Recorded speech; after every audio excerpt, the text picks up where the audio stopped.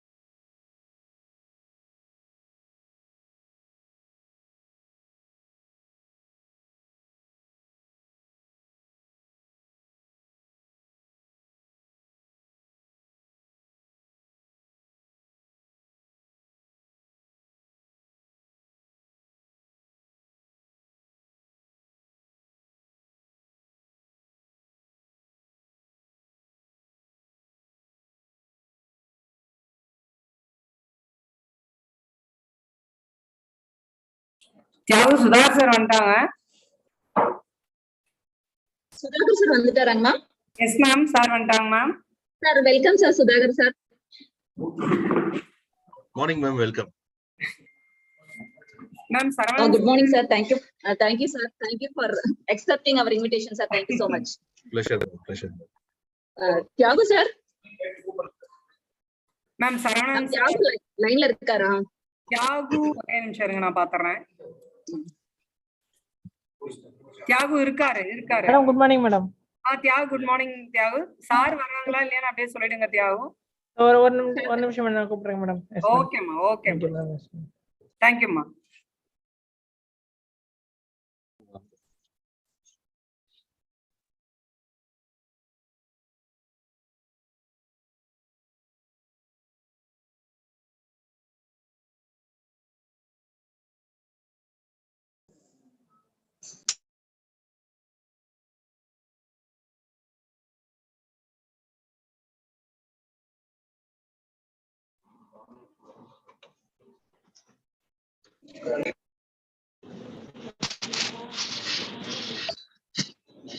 Sound கம்மி சொல்லுங்க.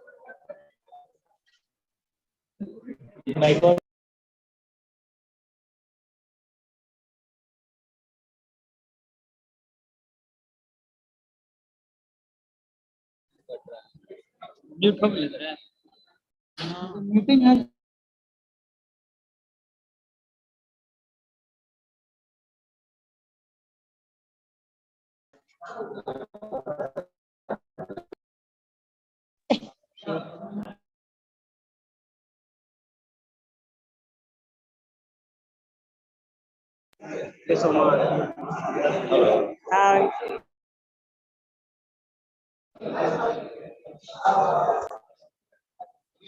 अरे 100 को वीडियो चल रहा है जॉइंट पानी साथ चलेगा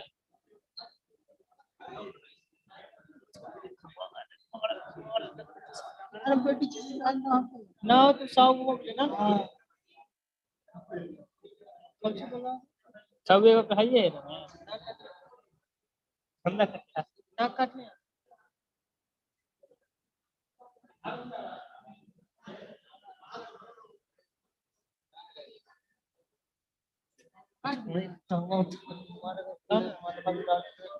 सर टीचर तू काटता पडतो म्हणे काट का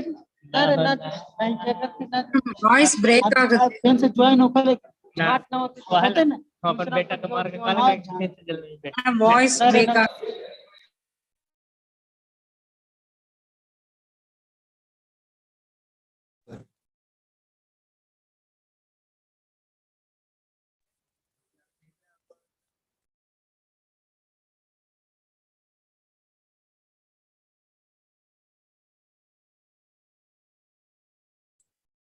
Ma'am, can we start the program? Ma'am, Yes, ma'am, we'll start. Whether Janman sir is available or not. sir not yet to join. Sir will join later, ma'am. Please use Okay. the welcome address, ma'am. Working, ma'am. We will do. Sudhar ma'am. sir, are We you will ready? start, ma'am. Yes, ma'am. Sudhar sir. I am ready, ma'am. Okay, okay.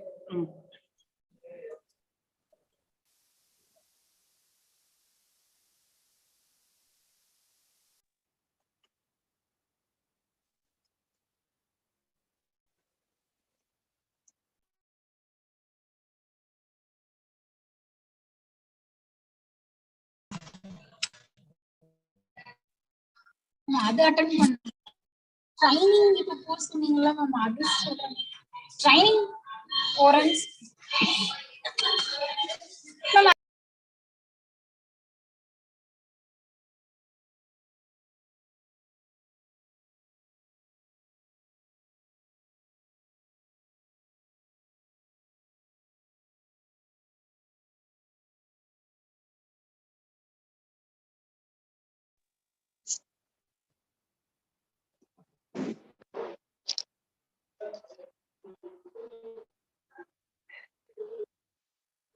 Ma'am, Vidya ma'am, we'll start, ma'am. Start. We will start, ma'am. Yes, ma'am.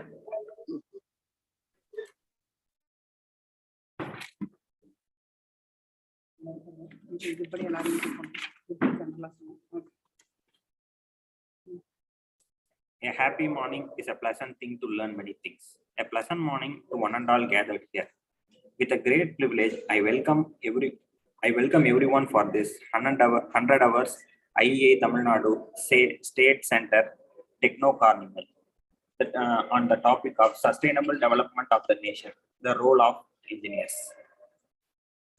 Now I welcome Mr. V. Vignesh, Assistant Professor, Mahindra Engineering College, to deliver the note of IEA, about IEA. The Institution of Engineers IEA is the largest multidisciplinary professional body of engineers established in 1920 with its headquarters located in Kolkata and incorporated under Royal Charter on 9th September 1935 by the then His Majesty of King George V. The Royal Charter endowed the institution with the responsibility to promote the general advancement of engineering amongst its members and persons attached to the institution. After independence, the institution is a body corporate protected under Article 372 of the Constitution of India. The Institution of Engineers India is administered by a national council with the president as its head. The Tamil Nadu State Center was established originally as the Southern India Center at Chennai on 22nd December 1922. The southern region covered the erstwhile Madras, Andhra, Mysore, Hyderabad, and Travancore, Cochin. As more centers were opened in the southern region, it was renamed as Madras Center and later became the Tamil Nadu State. Tamil Nadu State Center has special significance in the formation of the institution. For the IEA was registered in 1920 in then Madras province at Chennai. The registered office was subsequently moved to Calcutta, the headquarters of IEA. To celebrate 100 years of IEA, TNSC, a 100 hours techno carnival is organized. A mega carnival is structured with 100 hours, 100 topics, and 100 plus speakers with the participation of organizations. Out of these 100 hours, today we are in the 4th day of the event with the title Sustainable Building Materials and Technology, organized by IEA Local Chapter Salem, along with partnering institution Mahindra Engineering College, Namakal. Now I request all the participants to on their video so that we can have a photo. photo session.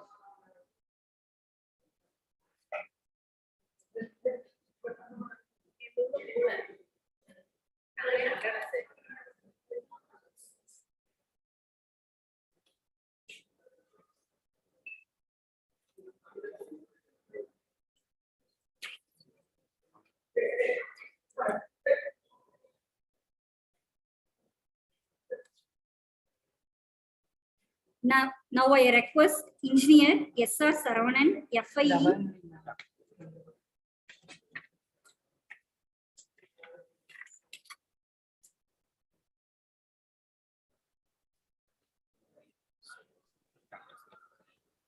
Now I request Dr. C. Davamani, Executive Council Member, for today's program coordinator and HOD Aeronautical Engineering, Mahindra Engineering College, Sales, Namakkal. To welcome.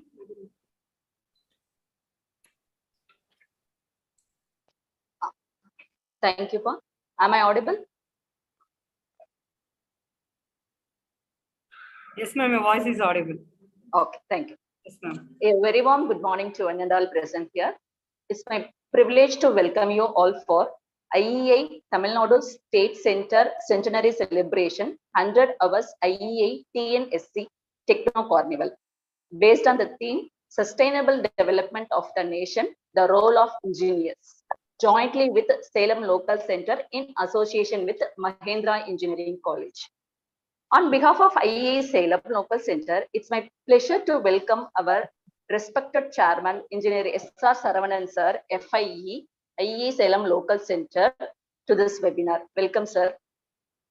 I'm very much happy to welcome our most respected guest, some resource person, Dr. A. Sudhakar Sir, Chief Consultant, Dimensions Structural Designs, Coimbatore. Welcome, sir. It's my great honor to welcome today's guest resource person, Dr. K. Vidya, MIE, Head Department of Civil Engineering, Mahindra Engineering College, Malasamutram. Welcome, ma'am. I extend my warm welcome to Engineer N. Sendil Kumar Sir, MIE, Honorary Secretary, IE Salem Local Center, Salem, in absence. I am very much happy to welcome the overall coordinator of the centenary celebration of Salem Local Center, Dr. A. Kumaravel Sir, Dean KSR College of Technology. Welcome, sir. I am extremely happy to welcome executive committee members of IE Salem Local Center, respected engineers, professors, faculties, and students from various organizations. Welcome you all. Once again, I welcome you all for this IEA Centenary Celebration 100 Hours IEA TNSC Techno Carnival. Thank you for the opportunity. Thank you, ma'am, for your warm welcoming. I now ask Mr. C. Sethil Kumar, Assistant Professor, Department of Civil Engineering, Mahindra Engineering College, to present the profile of today's guest speaker one, Dr. A. Sudhakar Sir. Thank you, Vignesh. Good morning to one all present here. It's my immense pleasure to read our guest speaker, Dr. Sudhakar Sir.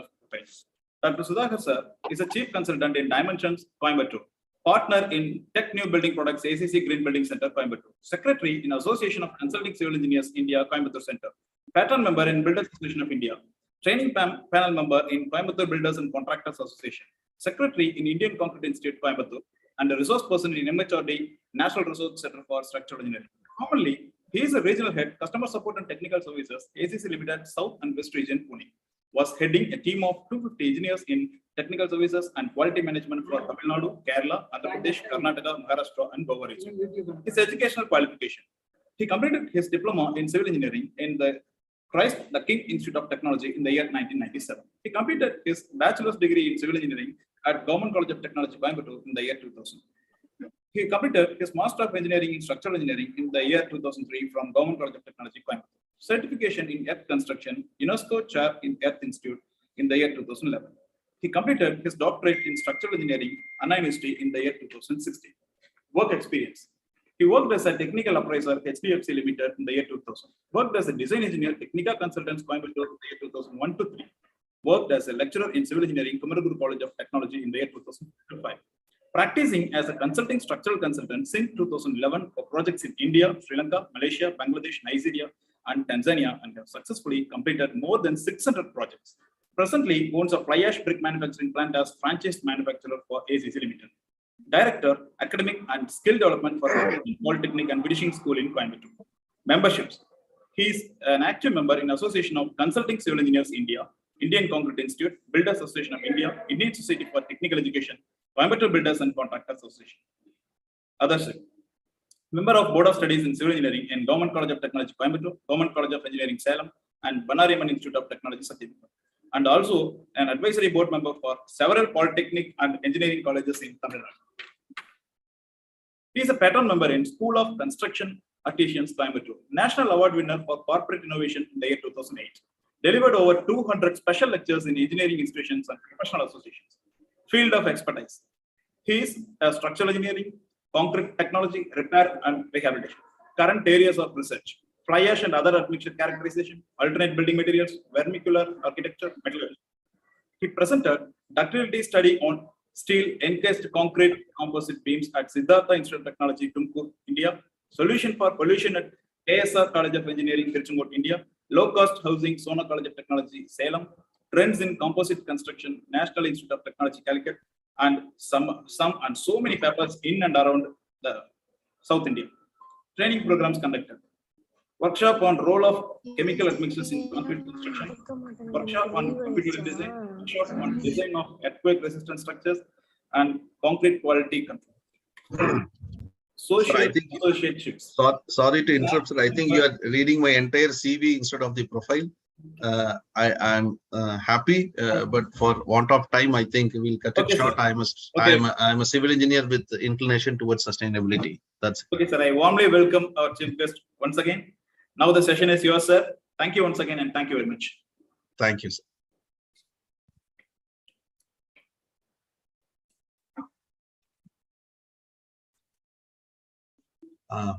Is my screen visible?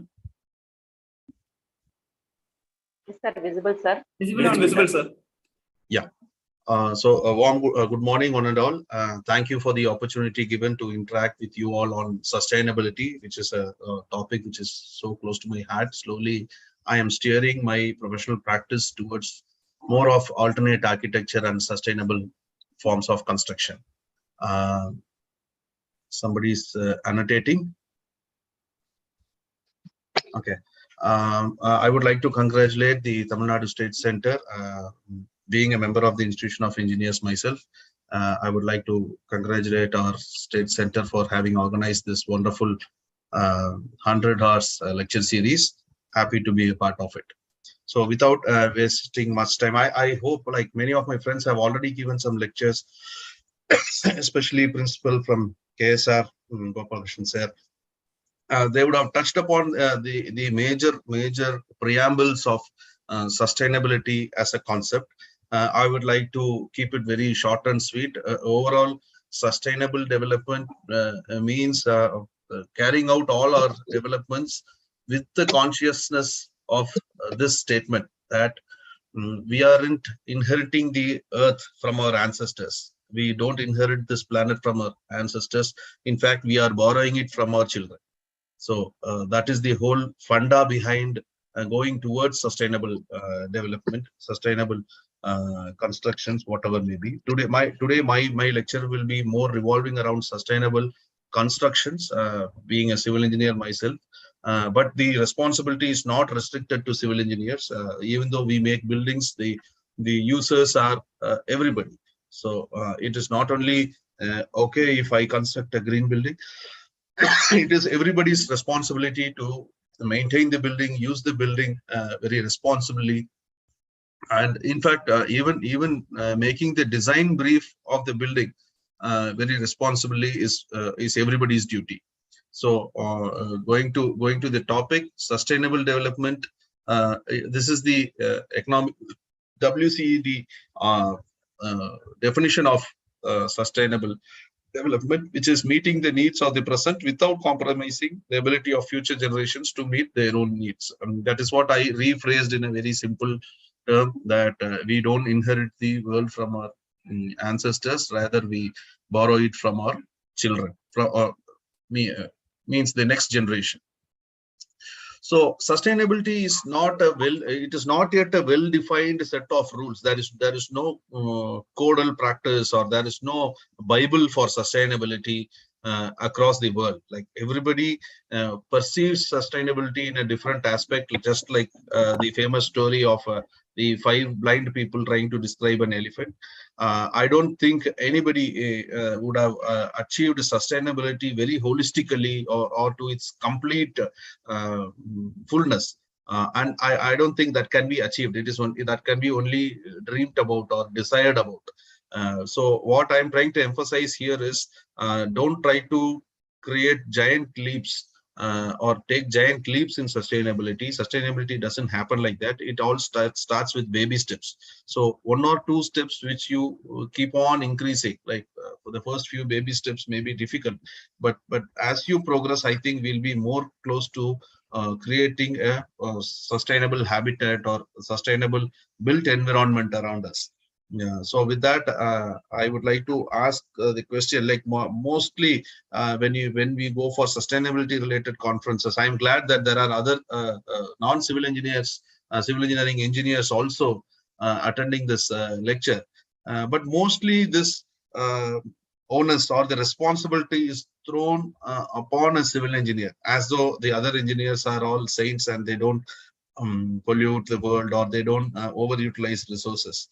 But I'm happy to accept this responsibility as a civil engineer because buildings use half of the nation's energy, and 30% of this can be saved. And in fact, buildings are wasting 30%, which means 15% of electricity produced for a nation is being wasted.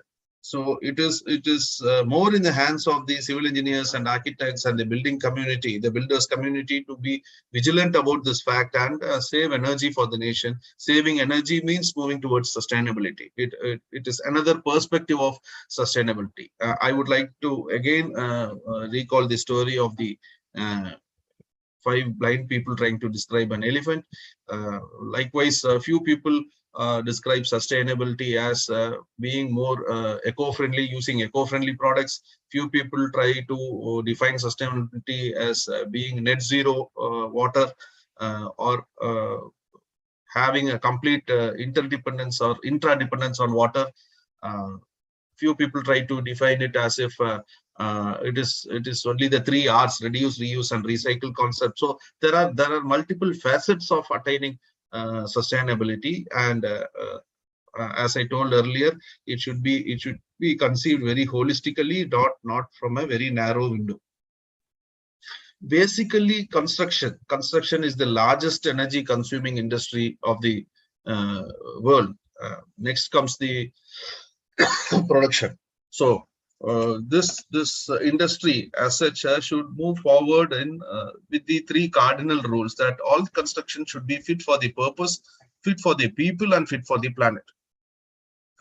This has to be the cardinal rules through which we will attain sustainability, because in trying to achieve sustainability, we have been very hypocritic in many instances. For example, one of my clients in down south, Madurai, he wanted to have a sustainable construction, so he bought stabilized mud blocks all the way from Chennai and Pondicherry, which means he is totally unsustainable. He has burned so much of fuel, more than what he would have imagined. Like to bring this green material from all the way from Pondicherry to Madurai, the fuel spent, he would have rather gone for red bricks from his very neighborhood. So that would have been more sustainable than bringing a green material all the way from Chennai or Chandigarh or whatnot. People try and get it transported from all corners of the world. That is not the real sense of sustainability. Sustainability, the most important form is like being carbon negative or carbon neutral. So the more carbon you save, the more sustainable you become. So fossil fuels definitely are inducing carbon dioxide into the atmosphere, creating the greenhouse effect multiplication, and therefore less energy means more sustainability. So it should be fit for the purpose, all right, but it should not be hypocritic, and it should be fit for the people. There is a glaring example of multi-story kind of an integrated township built in our own city in Coimbatore, where the Slum Development Board has developed 20-story, 18-story buildings for slum clearance. It is not fitting the people. The slum dweller is not ready to go to the heights. He is afraid of heights. I learned very recently from one of the professors from Government College of Technology. She was invited to give a stability certificate by testing the materials there. She was anguished because she found in an 18-story tower there was no lift. Imagine how the guys would climb 18 stories every day. Imagine the plight of the children and elders.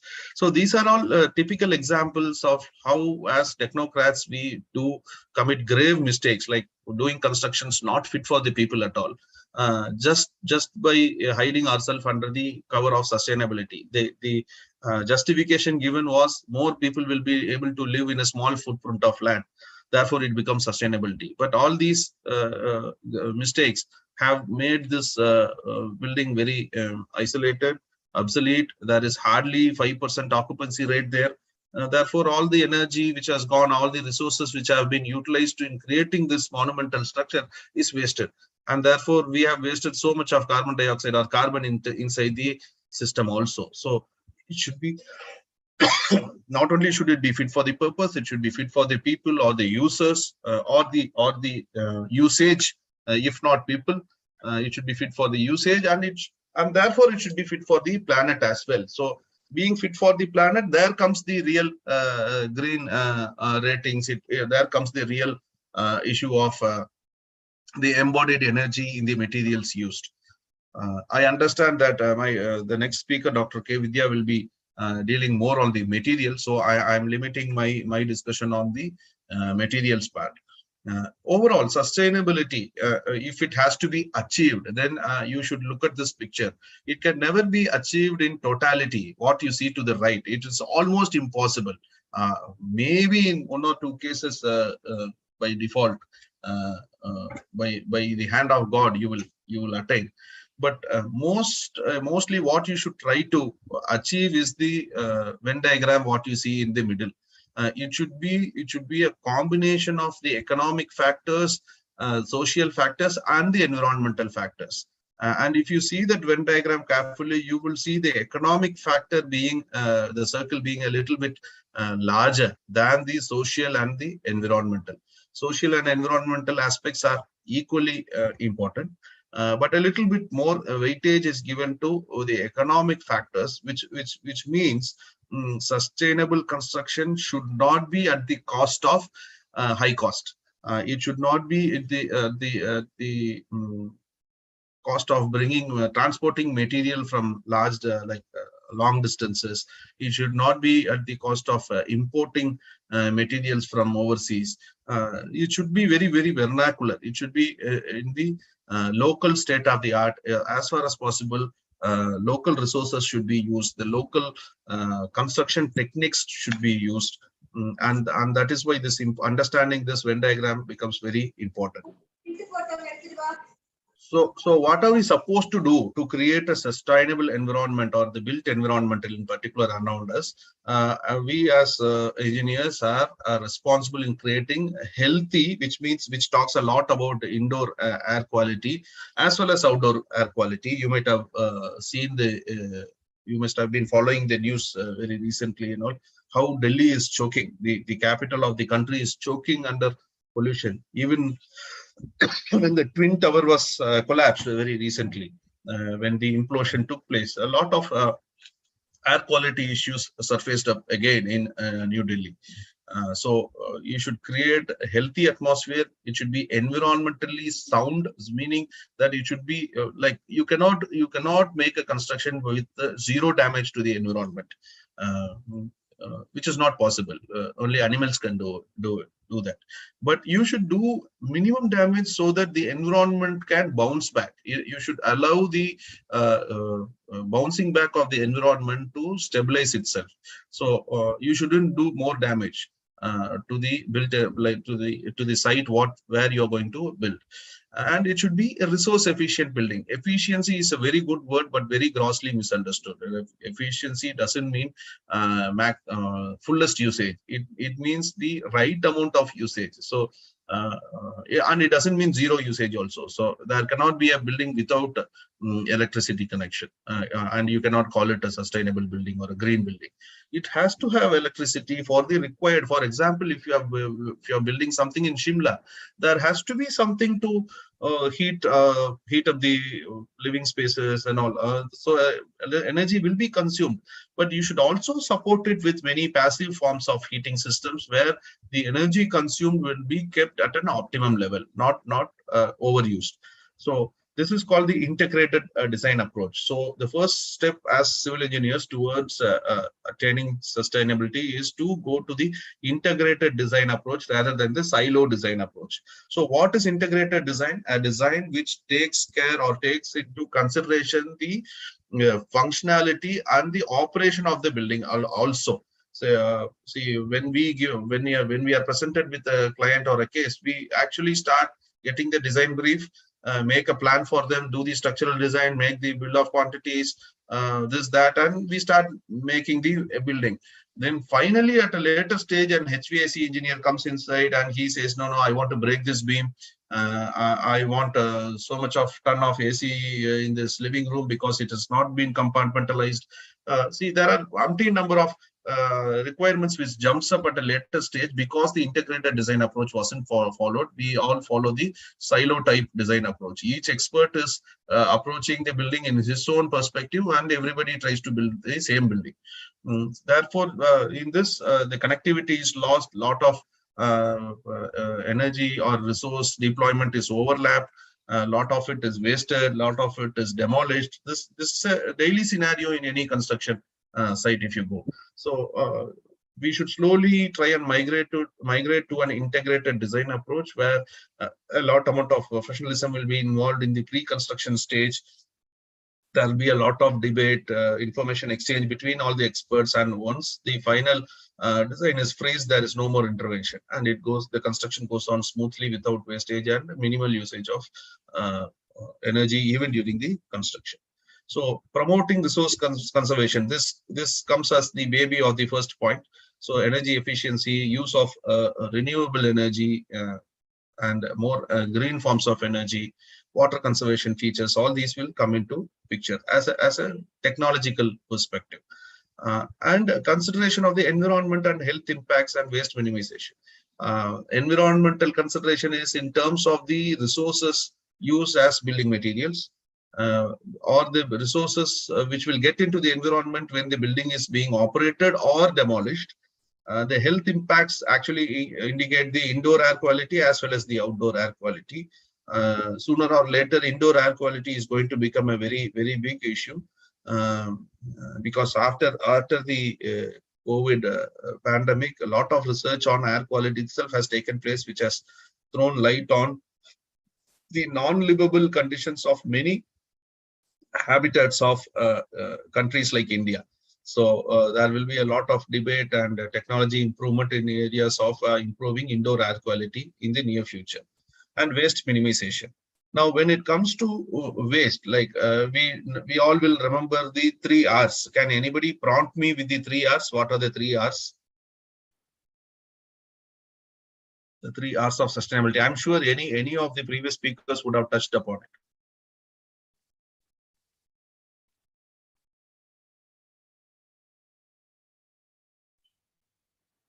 Sir, recycle, reuse, and reduce. Is it so? And reduce, yes. Yeah, reduce, reuse, and recycle. But of late, there have been 2 more R's added to this list. It is recover and repurpose. See, reduce is, everybody knows, reduce itself is self-explanatory. Don't build more than what you need. So reduce. Recycle as far as possible. Try to use recycled products, which for a classic example, what we do now is the reinforcement bars, the steel what we use in construction industry. Almost 50% of it is recycled. It is again getting into the melting furnace. it is not coming from 100% ore anymore. So there are recycled components in steel and many such building materials. And reduce, recycle, reuse.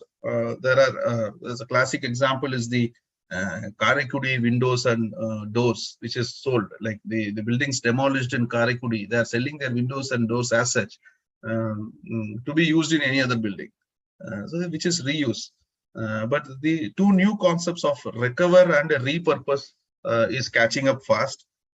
It is like recover whatever is possible, like the windows is a part of a recovery system. Similarly, you can have the stone masonry units recovered. You can have slabs recovered to be used as precast slabs elsewhere. So there is a lot of recovery potential in existing building systems, where you need not salvage the entire building, the 100%. There could be 30-40% salvage, which itself is a great boon for the new building. So whatever you can salvage from an existing building and utilize it in a new building, then it is going to help you towards attaining the goals of sustainability. And finally, repurpose. The word is self-explanatory. It need not be that something recovered from a building should be used in a building only. Something recovered from a vehicle need not be used again in a vehicle. For example, I recently saw a dismantled, what you call, the bullock cart. The wheel of a bullock cart being used as a window in a structure. So you can repurpose the components. So this is where you'll have to be more creative, more sensible in trying to find utility for whatever waste you see. And this will also be helpful, or this will accelerate the speed in which you will travel towards sustainability.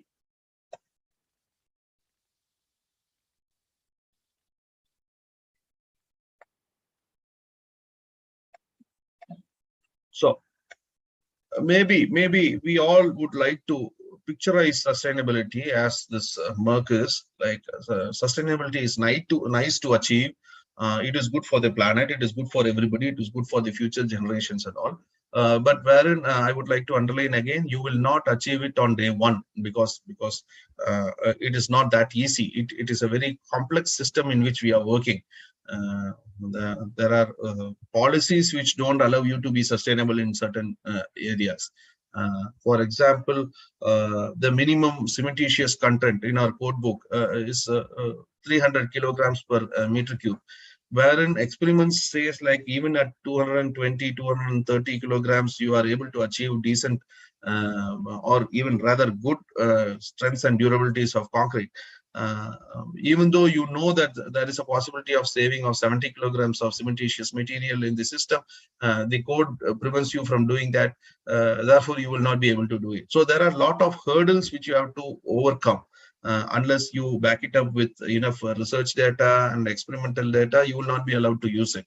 So there are hurdles. So I think we should be satisfied in getting some kind of a mobility. Or these two pictures are like, maybe a Merc is good, but at least this is good enough for the time being, and slowly we can progress. And these are some statistics what the building industry is doing on the environment. Building use 40% of the world's energy, 75% of the world's wood, and 16% of the world's water. which means it is a phenomenal impact. Next comes the automobile industry, and next comes the IT industry, the manufacturing of e-waste, like electronic products. These are the three major culprits which are pulling the earth towards disaster and an environmental disaster. But as one amongst the culprits, like the building industry fraternity has to wake up to this fact and start thinking more towards the sustainable practices. On people, US Environmental Agency, they have recently released the statistics that 90% of the time we are actually indoors. And 30% of the buildings, this is US statistics, in India it is still bad. 30% of the buildings have indoor air quality problems, which means I just told you, we are living in an unfit house. The indoor air quality is becoming more and more stale and unhealthy. So it's time to think like how sustainable is our construction as a project. We actually have many such structures. Every one of us would have at least seen 2 or 3 such structures in the last 1 or 2 months at least. This is not a green building. This is greenery which is growing in a building system. This is a classic example of how grossly unmaintained structures are. This doesn't mean we are supporting a growth of a plant. It means we are wasting the investment of so much of energy and resource inside a system. If this was well maintained, probably it would have this is part of a water tank, if I'm right. Probably this tank would have lasted another 15 years. But by not maintaining the tank properly, we are allowing the collapse or the demolition of a water tank and creating a water tank again in its place, because the utility is not going to diminish. So we are actually doing it 15 years earlier. So 15 years of life of this water tank is lost just because we have grossly misdesigned it or mismanaged it or misoperated it. This is another example of a water tank. These are some green roofs, unmaintained green roofs on the buildings. There are many examples. It would become a civil engineering lecture if I venture into that, since I understand a lot of non-civil engineers are also attending this. So what can we do? What as a technocrat can we do is like act locally. That is what I'm again stressing again and like time and again. How to act locally? It could be as simple as conducting your classrooms without electricity. You can have zero electricity events. A seminar can happen inside a garden without the AC. Like most of the seminars, what you see, like people in India, including myself, I'm also a party to it. I've attended many seminars like that with overall suits and blazers, and we are suffocating inside. Therefore, we need to lower the AC temperatures, which means more of electricity usage. Say we are ourselves putting the people in a very uncomfortable zone and trying to make them comfortable. These are all some glaring examples where we don't act locally. We only desire that sustainability to happen, but we believe that some angel will come to this world and give the sustainability aspect. So coming back again to the core, what as a civil engineer can we think of is first, selection of site itself is an if given a choice, you should have an analysis on the sites or the options you have, and then you should create the construction. I'll quote an example where noted eminent engineer Sir M. Vishweshwaraya did. That time he was working in the Punjab province, now which is in Pakistan. He was supposed to design a water treatment plant.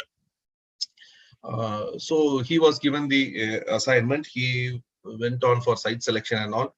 Finally, you know what he did? He just dug a borewell on the river bank. He converted the sands by the side of the river, the sand and the pebbles by the side of the river itself to become the filtration unit, and he just dug a borewell to get treated water. Nothing else was done. So how sustainable his approach was.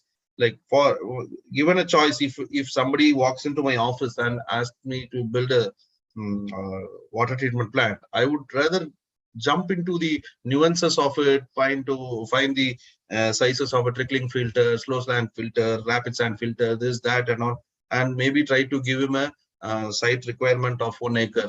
Then I go for choices. I would rather choose the site which is easiest to construct rather than which is more sustainable. I recently personally had an experience of going for a site selection at Kodaikanal for the low income group, for the resettlement of some tribal people, where we found out a land which was almost like a grassland, not much of trees and all. So the authorities decided, yes, this is the place we are going to build, because this is the place where we will not cut more trees.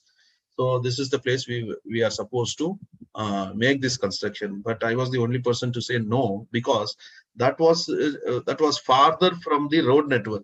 So if you do a construction there to create the road and to bring electricity and water to that particular site, you will do more damage. Rather, you can cut some 30-40 trees in a locality where which is more accessible to these services. So that is why I'm trying to say be very holistic in the approach, not very choosy or narrow in the approach. So selection of sustainable sites, efficient use of water, optimum use of energy, use of eco-friendly building materials, and indoor air quality, again, like which is more to do about the planning of the doors and windows, and thereby creating very illuminated and ventilated spaces. Reduce use of resource, use of minimum energy to produce or manufacture the building material, which is in other terms called the embodied energy. I think the next speaker will definitely touch upon the embodied energy in building materials. Use of recycled or recyclable or already recycled materials, use of renewable resources, use of recovered or underutilized resources. So overall, it boils down to the four cardinal points of energy efficiency, water conservation, air quality, and affordability. There are many choices for you as a civil engineer. These are the most popular choices which are available in the country, which is fly ash, phosphogypsum, slag, red mud, lime sludge, mine tailings. You have a full list. These are availability. This statistics is 10-year-old at least. Now it would have at least doubled. I'm telling you, fly ash, 100 tons per 100 million tons per year is nothing. India is closely producing closely to 225 million tons per year now. So all these are available as a resource. These are materials. Again, I'm not going to talk about all these materials. I'm quickly going to go to the technology part.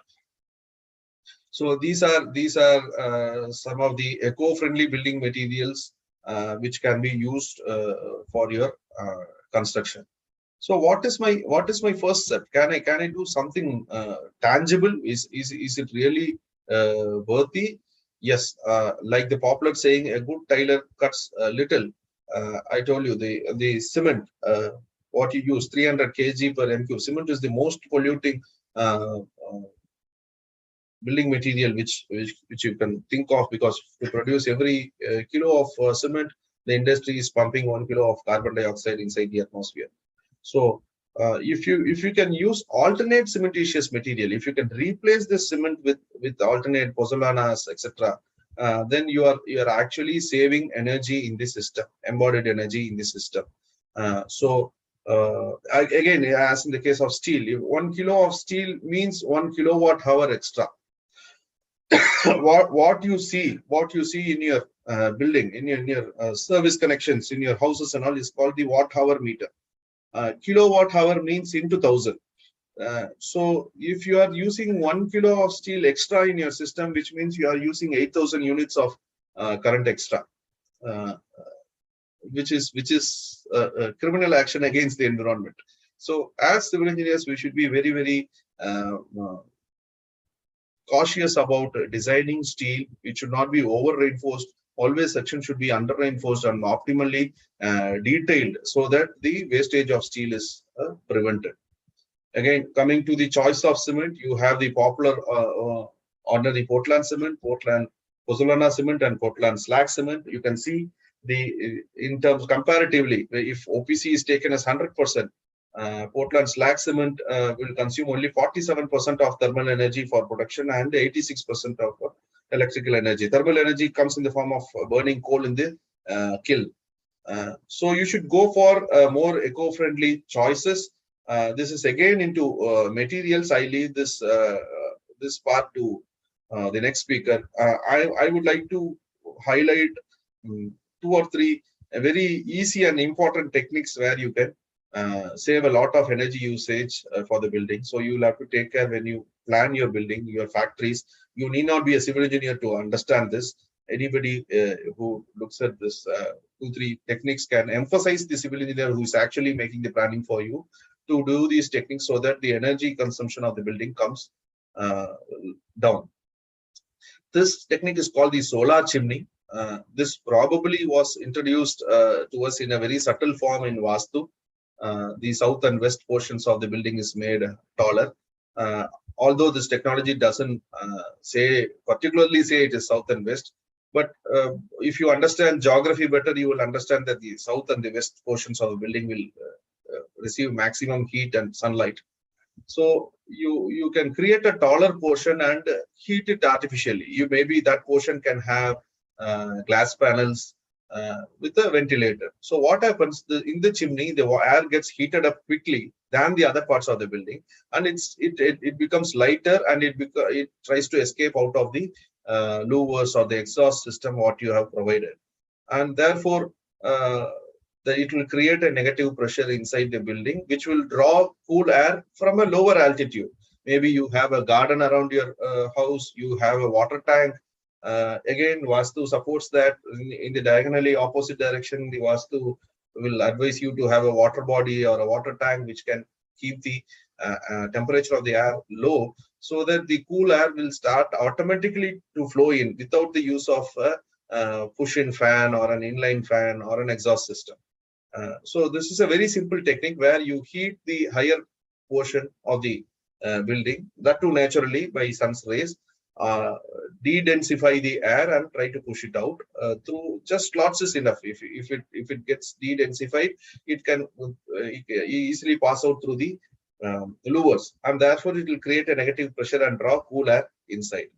This is called the solar wheel. It's an improved form of the solar chimney technique, where if you can look at this picture very closely, you will easily find out where you have a cooling tower, or sometimes it is called the heating tower also. It works vice versa in cool countries. That is why in churches you will find the large spires. These are actually acting as cooling towers, where it will actually capture the hot air. But in a hot country like India, it will act otherwise. So the solar wheel technique is another good technique. If you had visited the Middle East countries like Dubai, the desert countries and all, where you will have the blowing air to be cool, but because of the rise in land temperature due to the rising of heat from the sand, the inside temperature would be warm for a building, and you cannot afford to have very large openings for buildings, because it will bring in lot of sand inside your structure. Therefore, they adopted this wind tower system, which is a kind of a reverse of a periscope, where the picture is self-explanatory. At higher pressure, air is cooler. If you try to blow air by closing your lips, you will find cool air coming inside. So if you pressurize air, it becomes cooler.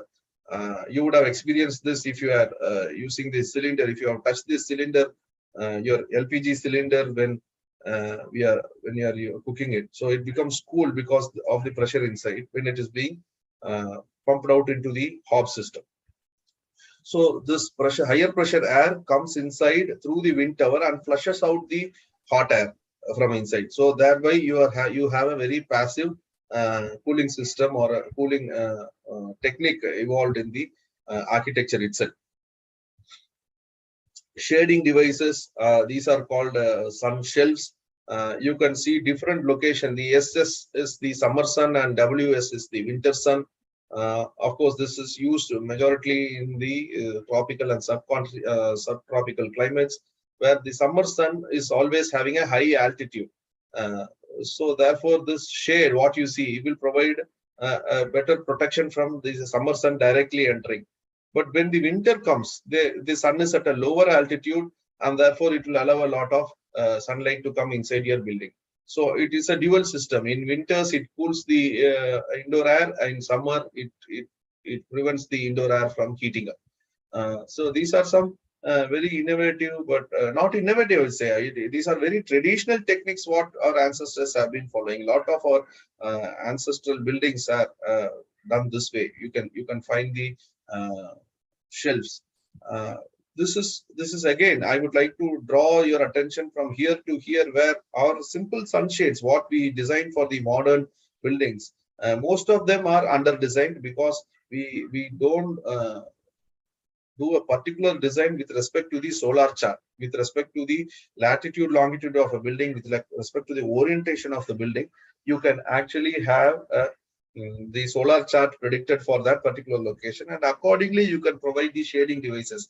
It could be a horizontal shading device, what we commonly see the sunshade, and it could be a vertical shading device as well. You can have a vertical shading device also. You could have seen it in many of the government buildings where the sunshades are in the form of a box rather than a flat slab protruding outside, cantilevering outside the building. It is a combination of both the vertical and the horizontal shading device. These are very simple calculations, even though it involves a little bit of trigonometry, understanding of azimuth and altitude of the sun. It is very simple once you understand it. There are many literatures, free literatures. There are free calculators available to design sunshades, and I request everybody to browse through the web and make use of such free online calculators to design your sunshades very efficiently, because the windows are major forms of bringing in heat inside the building. So if you shade it properly, you can bring in light but not heat. So that's a very important technique. This is an example of a solar chart. Once you know the latitude and longitude of the building, you can easily latitude, longitude, getting it is very easy nowadays with Google Map and many map apps.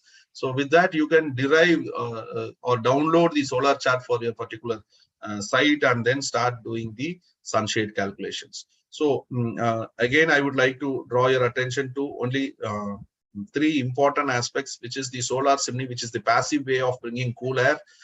This is an active way of flushing out hot air. This is a dual combination where an effective shading will allow the building to be cool during summers and hot during, warmer during winters. To achieve this, you need to understand the azimuth and altitude and the sun's path. There are enough resources available over the net in downloading the sun path. I think you should make best use of it. So I think we should start thinking of green materials, green technology, and green usage. So the takeaway from this 45 minutes discussion would be to think of sustainability in a very holistic manner. Don't try to achieve 100% sustainability. There you might fail and you will lose the enthusiasm of traveling towards sustainability itself. So go step by step, have baby steps, that's all right. But do your bit for the environment. So green materials, green technology, and green usage, green operations. It is not okay to shrink such a big topic into a 45 minutes discussion, but I think I've given enough direction signs for you to start thinking upon. These are some of the eco-friendly building techniques which are developed by the Auroville Earth Institute. These are pictures from Auroville Earth Institute, Pondicherry. This concept is quickly catching up. Use of renewable energy, the solar energy plants are catching up. These are simple sewage treatment plant to achieve net zero water.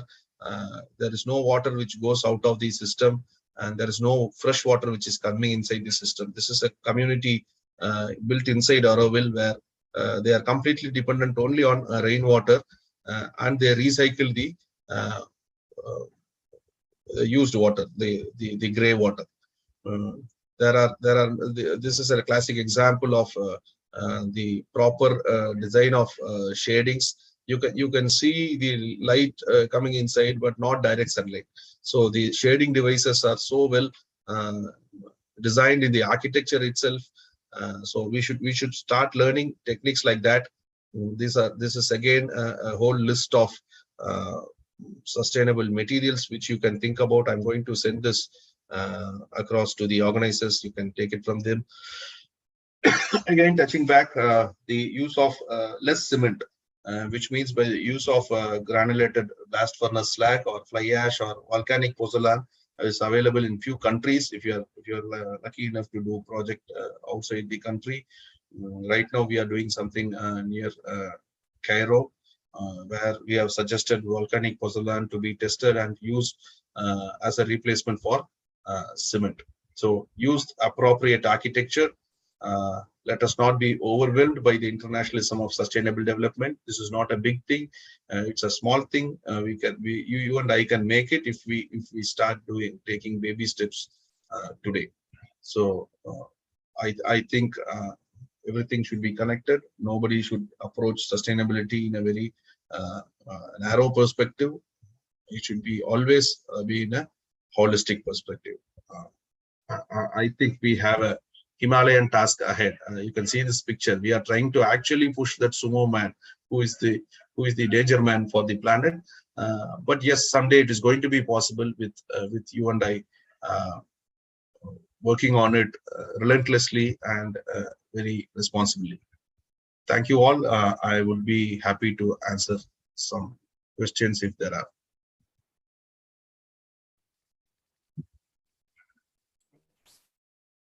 Thank you, sir.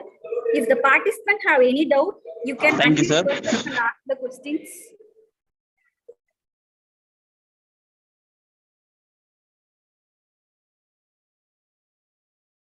Mute yourself and ask your questions.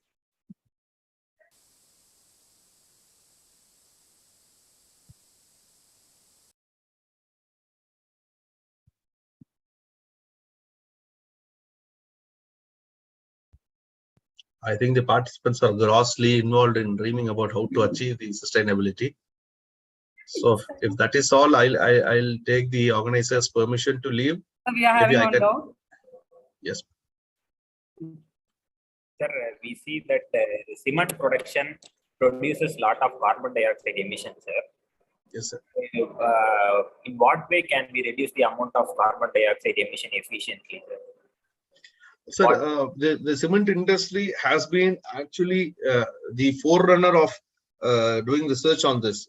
They themselves have done a lot of research, and we have progressed a long way in cement production itself. We have used alternate fuels in the kiln, except along with coal, lot of alternate fuels like municipal waste, round cashew nut shells. All these are co-fuels which are being used. That in that manner, their energy efficiency has gone up. And in grinding also, of late there has been tremendous improvement in technology called grinding aids, where you need not spend too much of energy on the ball mill to grind it. So these are all the producers' headache actually. They are working on it. There are every day there is some new technique which comes up in reducing energy, because for the cement manufacturer, reducing energy means reducing money also. It means it's more profit for him. So they will do their part. But as users, we should be more cautious in not using too much of cement. See, we have already come away from using lime plasters. We no longer use lime. See, lime is such a wonderful thing which will absorb carbon from the atmosphere. Lime hardens by absorbing carbon dioxide. Calcium oxide becomes calcium carbonate by absorbing carbon dioxide. So we have stopped using lime as a building material. We have come away from the Karaikudi plasters. We have come away from lime plasters. We have come away from lime surkis. So I think we should concentrate more there. If at all we need to use cement for some reason, like yes, many a times we need to use cement for achieving concrete strengths. If it is an RCC structure, you can use blended cements instead of OPC. You can try and use more forms of pozzolanic materials inside the concrete system. That is how you can reduce the cement usage of cement, and thereby usage of, the pushing of carbon dioxide inside the atmosphere. But as such, in the manufacturing, yes, they are working on it. Already, I think in the last 1 decade, the energy consumption in cement production on an average has gone down by 11%, which is phenomenal.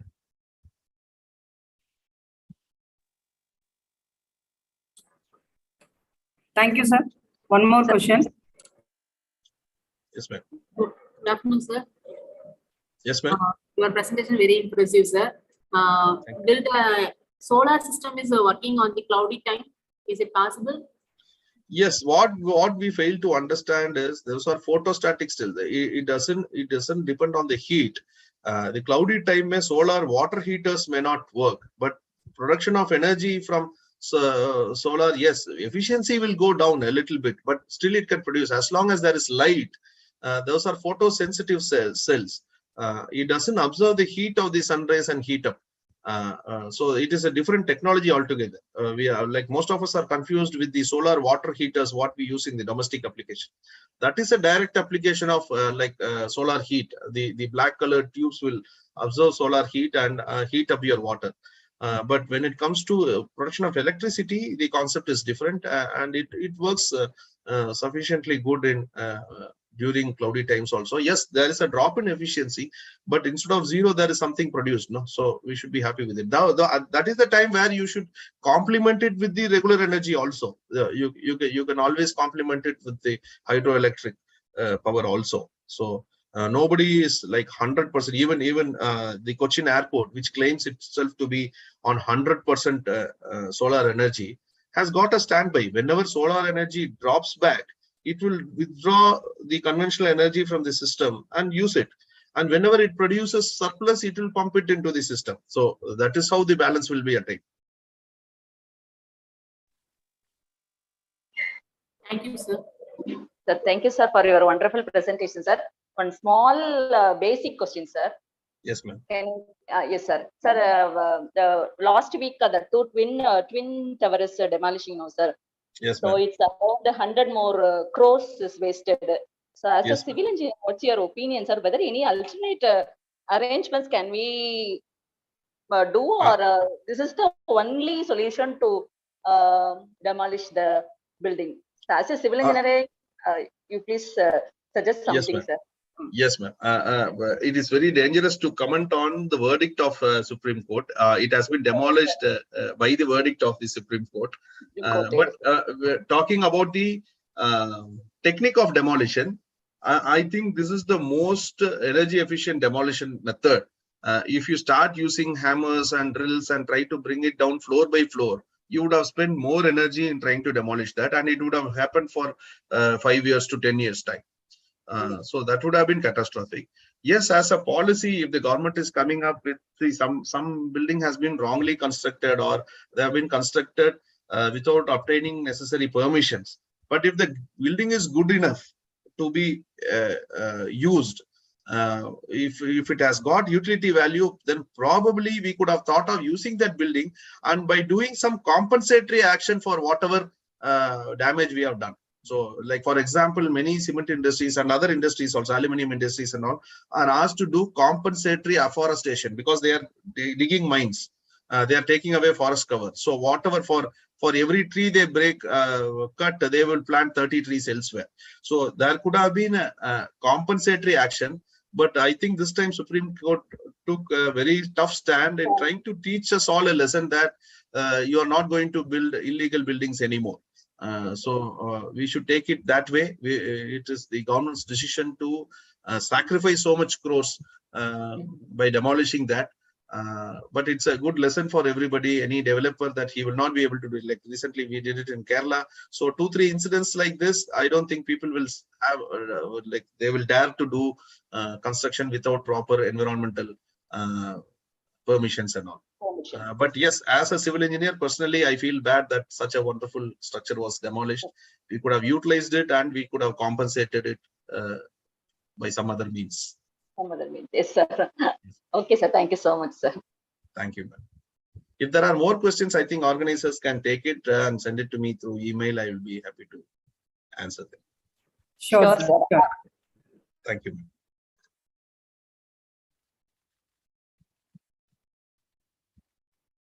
Thank you very much, sir, for your wonderful presentation. Now we move on to the next session.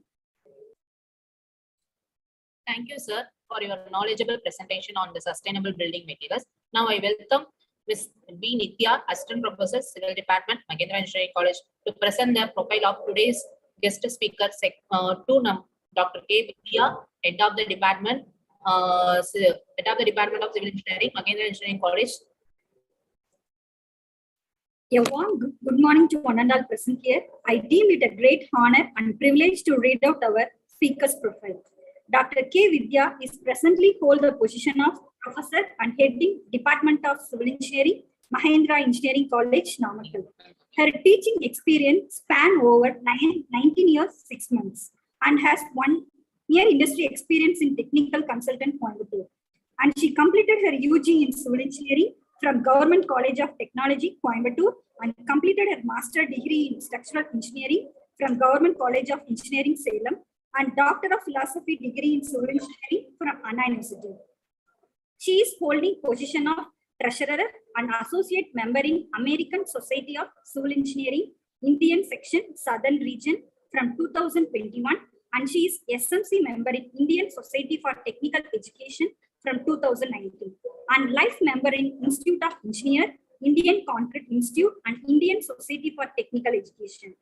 She received more than 15 lakhs for research grant and seminar grant from DRDO, UGC, MSME, AICT, and NICT. She has organized more than 150 conference, seminars, workshops, and she has authored more than 100 papers in national, international journals and conferences. She is guiding 10 PhD scholars in Anna University, Chennai, and guided 25 numbers of PG students and 35 numbers of project in UG and PG program. She is a coordinator of L&T and Mahindra Center of Excellence, Formal Engineering. Ma'am received Best Academician Award from Government of India Planning Commission, CIDC, New Delhi. Young Women Scientist, Best Teaching Faculty, Outstanding Woman, Innovative Research Technologies, and Dedicated Professor Award by Mara University, Malaysia. She is participated in international conference and research meeting at Singapore, Malaysia, and Sri Lanka. Ma'am registered 5 number of patents like on hybrid ash brick, hybrid ash concrete. Her research area of interest pertains to development of alternative construction material for sustainable civil engineering projects. Once again, I could like to welcome our today's speaker, Dr. K. Vidya ma'am. Now the session is yours, ma'am. Ma'am. Thank you, Pa.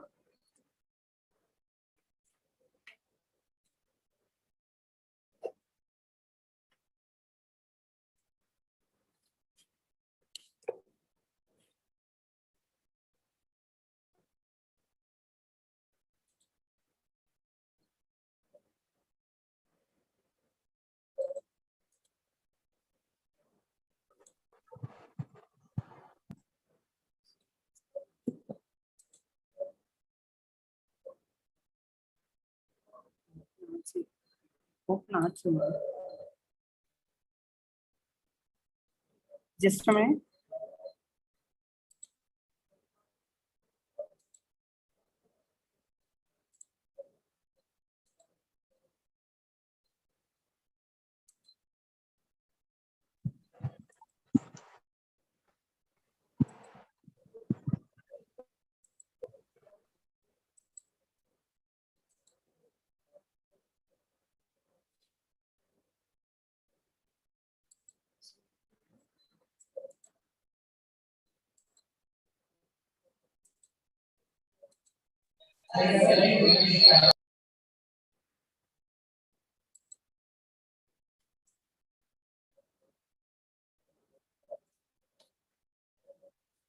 So good afternoon to one and all. First of all, I submit my sincere thanks to ICI Salem Local Center, Chairman Sir, Engineer Saravanan Sir, then Secretary, Engineer Senthil Kumar Sir, and Program Coordinator and my friend and Head of the Department of Aeronautical Department, Dr. C. Damoni Ma'am, and Kumaravel Sir, to giving the opportunity to me in the part of the 100 hours IEI TNSC Techno Carnival. So once again, thank you to all the coordinators for IEI Salem Local Center. Today, we are talking about the sustainable building materials. Before starting our topic, just we share about what we are in our lifespan. So we are nowadays using for the organic food, organic bags or organic mats like that. So why we are using for that organics? So what is the reason we are going for that organic? Definitely, it may be better for our health and also our society. Then only we can go for this organic food. Nowadays, we are using for that is a cold pressing oil, that is a marasek oil. Because previously, all of them used for the sunflower oil or refined oil. So in that, they are making the manufacturing for that sunflower oil or refined oil, they used for the chemicals. So it may be damage in our health. Then only nowadays we are going for the organic. Similar way, in our construction, we are choosing for the sustainability.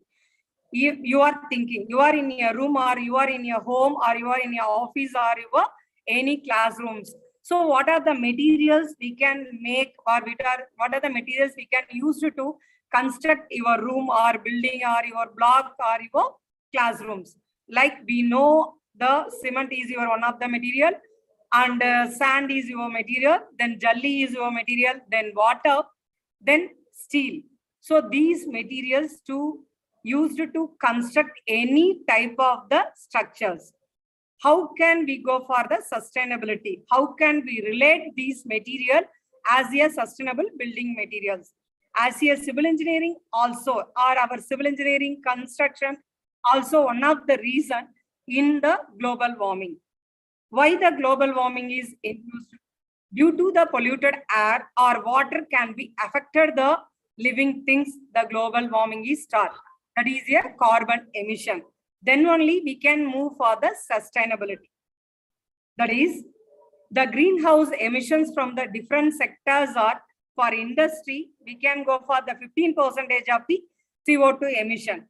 Then in our building is 8%. That is, a water supply goes on 3%. In agriculture is 14% emit the CO2 emission. Then mainly for our transport, that is, a vehicle can influence the CO2 emission that can be polluted in the air. That is a 13%. So these are all the several different sector can emit the CO2 emission. It can be leads the green global warming.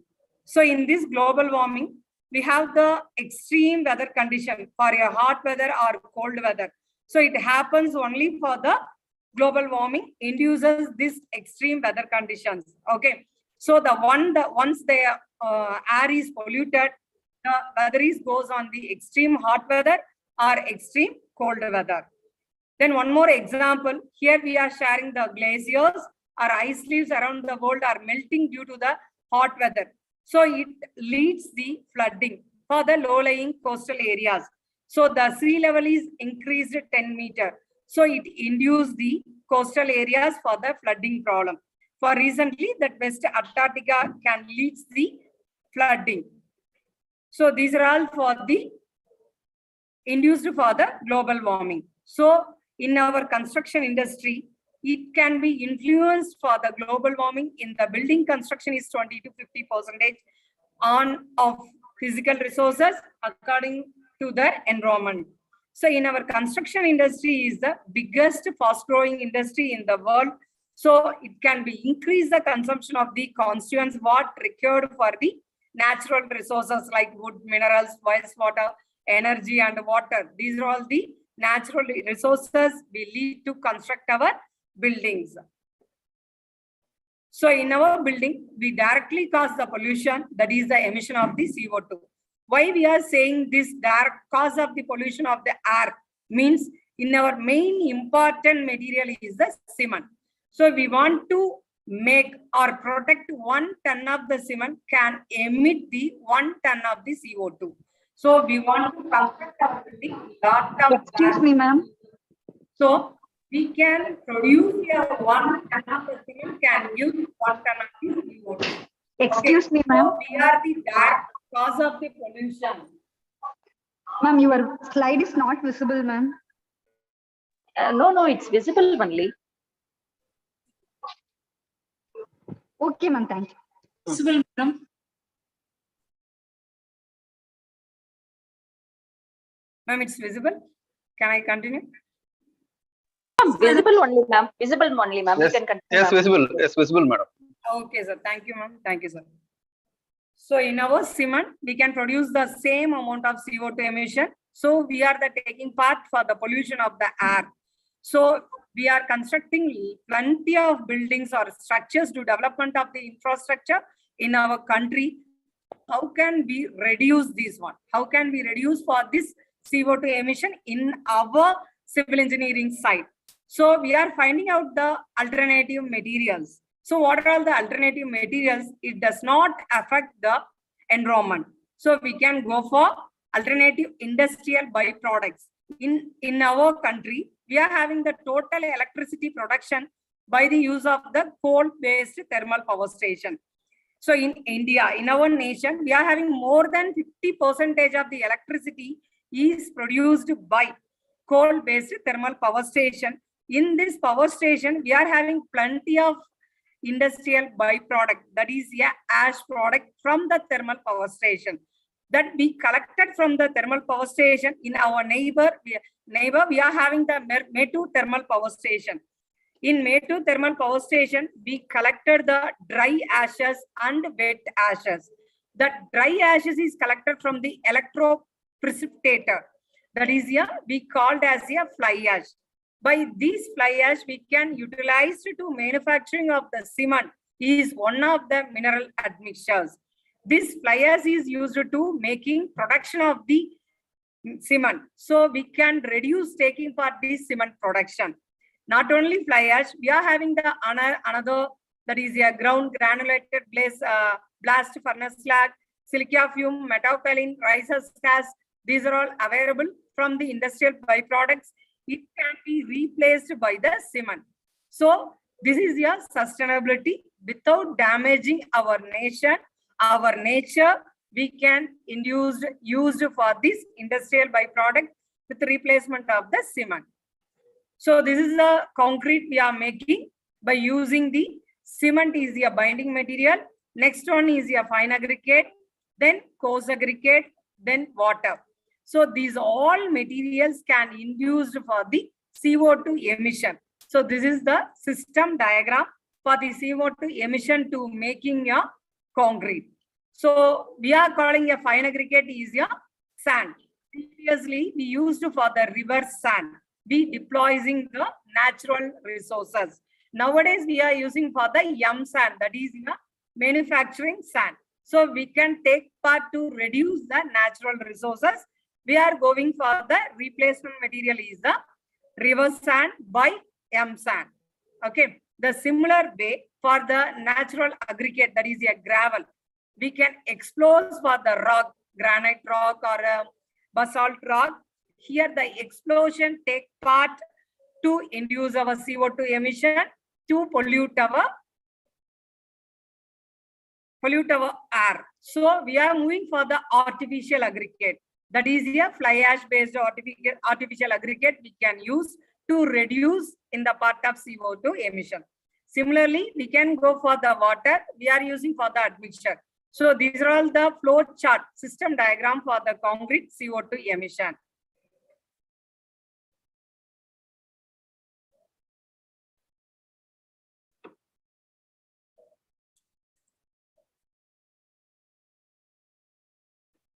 So this is for the stages, that is a footing stage. The quantity is 489 meter cube of the concrete. It leads to CO2 emission is 0.24 ton CO2 emission per meter cube. For example, precast wall, the quantity is 1068 meter cube. It can be emit 0.33% of the CO2 per meter cube. So we are using for the normal conventional cement, ordinary Portland cement, its CO2 emission is 0.32. In case we can replace for the fly ash material or GGPS material, it can be reduced for the CO2 emission 0.32% to 0.25 or 0.273. So in our industrial byproduct is induce the less CO2 emission in our air. So this is your Portland cement we are used. So it can be CO2 emission is a 74 to 81%. Then in our coarse aggregate, that is a gravel. So 13 to 20% of the CO2 emission. Fine aggregate 30 to 40% of the CO2 emission.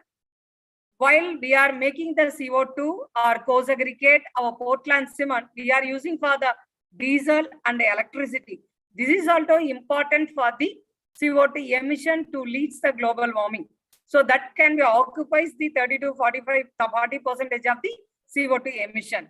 In coarse aggregate, that is a gravel making, we are using for the high explosive. So it can be taking care of the 25% of the CO2 emission. So in this case, we are going for the sustainable material. That is a ground blast furnace slag. Then fly ash, it reduces the CO2 emission around 10 to 20%. So this is a typical bar chart, what we discussed in the previous. That is a fly ash, GGPS and Portland cement. So it leads the CO2 emission in 0.15 ton CO2 per meter cube and 0.35 ton CO2 emission per meter cube. So this is a coarse aggregate. We are making for use of the granite. The CO2 emission is 0.45 per ton. It is, we can use for the basalt rock for the coarse aggregate, it 0.037 per ton. For fine aggregate is 0.13 per ton. Cement is 0.3. Concrete batching. So we are making the concrete batching and transport also important for the CO2 emission. That is, it can be vary 0.33 to 0.094 CO2 emission per ton. So this is a typical table can represent how much the CO2 emission to taking part for the concrete to influence the CO2 emission in the global warming induces. So in our the electricity 8%. So totally percentage for emission of the either diesel and electric. So similar way, we have the different ingredients making the concrete. Our admixtures were used for making the concrete. It is a super plasticizer, accelerating reducing admixtures. Why we are using for these admixtures means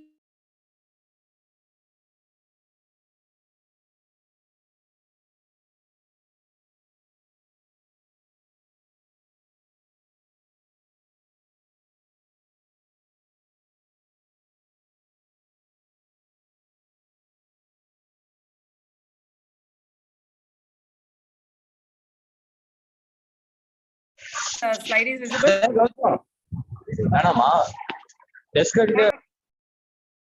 Ma'am, slide is visible or not, ma'am? Sir? No, madam. Just a minute, ma'am.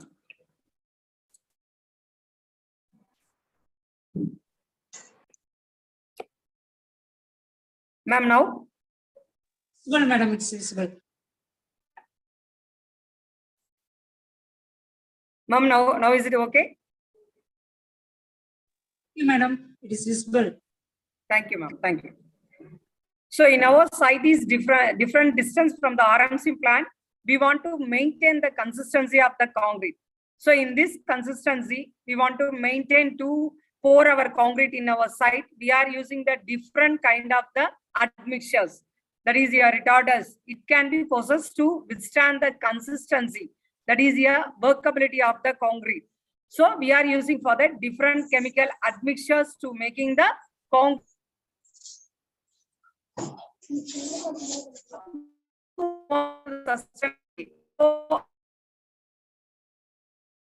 Sustainability is need of present whom we are. So without compromising the need of the future generation to meet out the own needs, then only we can go for the sustainability. So what are the materials are available for the sustainable building construction? So why we are going for the sustainability?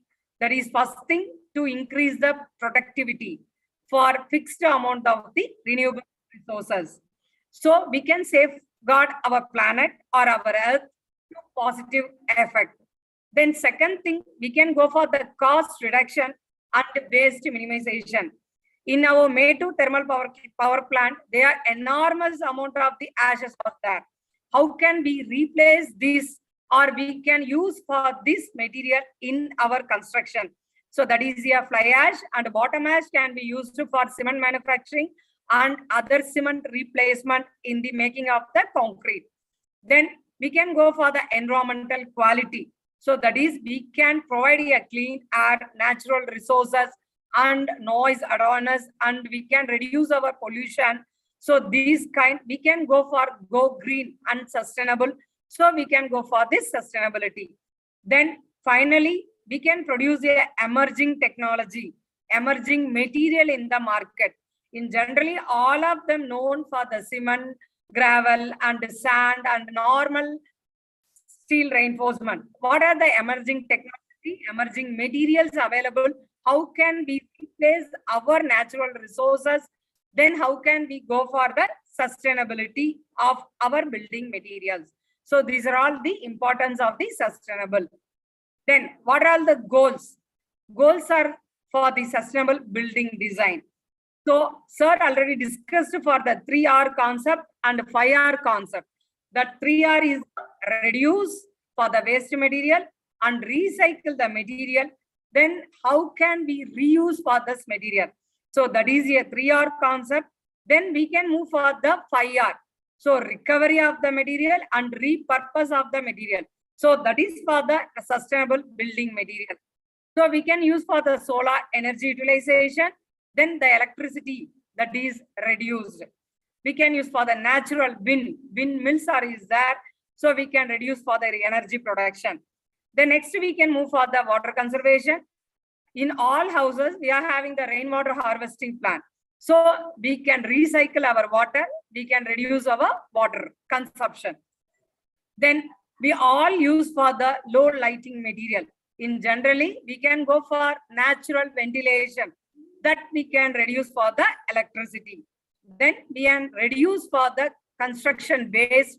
These construction waste can be reused in our as a building material. Then finally, we use the environmental friendly, sustainable building construction. That is a green building.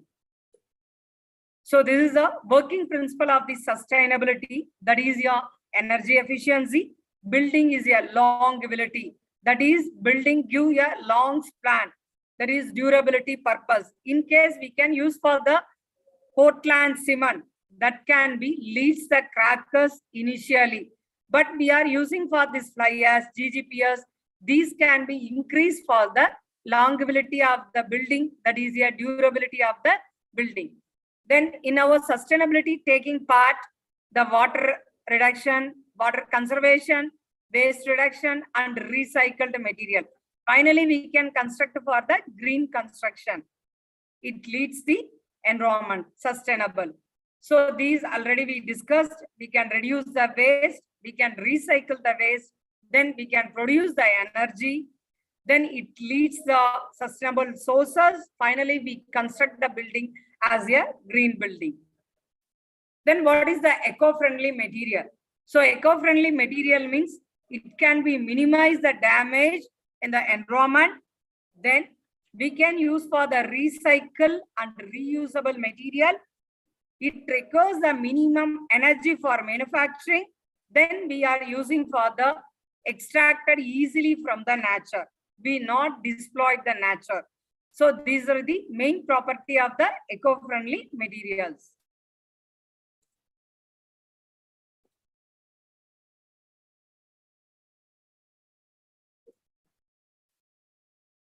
The next, what is the scope for the sustainable industrial byproduct?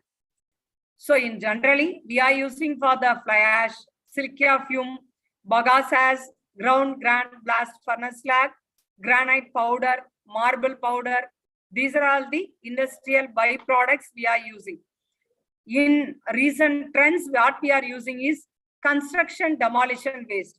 Madam right now asking the question, Dr. Daumani madam and sir explained. Last week, Sunday, the Twin Tower is blasted. So that construction demolition waste we collected, then we can reuse the waste to manufacturing of the concrete. So the construction demolition waste, we can making for the fine aggregate level and coarse aggregate level. So already there is in concrete, that is a cement is there. So in this construction demolition waste also give the better property to making the concrete. Then we are having the lot of paper. Daily we are having using for the newspaper. In this newspaper, we reuse for making the concrete and also to making the brick also. Then we are making the manufacturing sand. We avoid the natural resources. That is, we reduce the river sand manufacturing.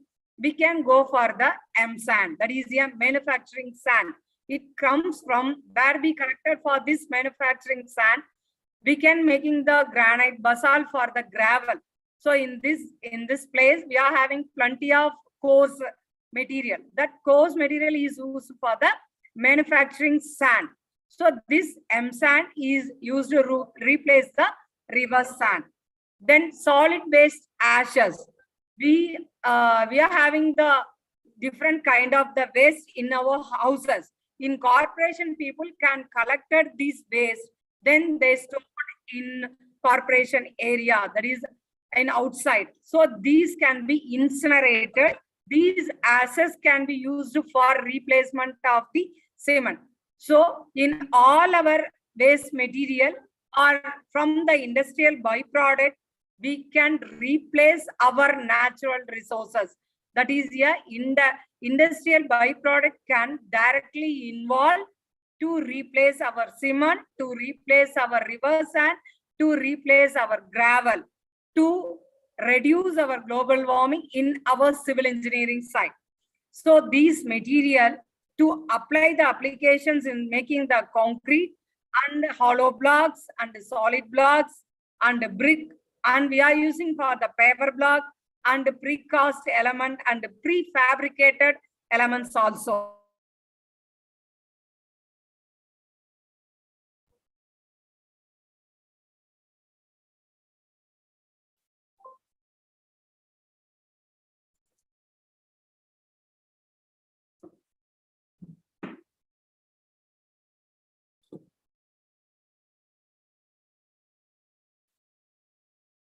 So this is the alternative material for the cement. We are taking for the fly ash. We already discussed. We in our India, we are having more than 50% of the electricity is generated from the coal-based power station. Coal-based power station, they are having the plenty of ashes is there. That is, your dry ash is called as your fly ash. Then wet ash is called as your bottom ash or pond ash. It can be possess a pozzolanic material.